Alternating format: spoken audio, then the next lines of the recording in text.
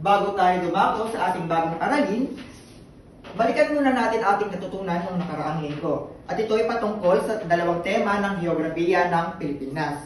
Ano na ulit ang kahulugan ng paggalaw, Justin?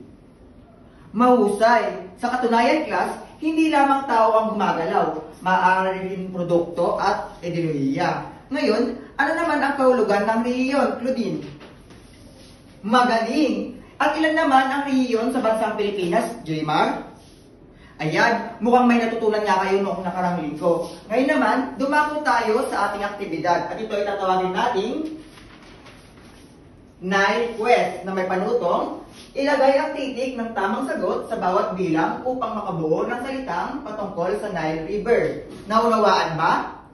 Meron ditong 5 pamimilian na sa letrang L, Pyramid, sa letrang D, Nile River, sa letrang O, Alexandria, sa letrang Y, Deep of the Nile, at sa letrang A, Cairo.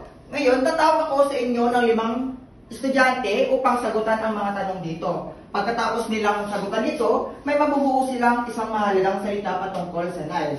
Naunawaan ba? Ngayong naunawaan nyo na, atin na itong simulan.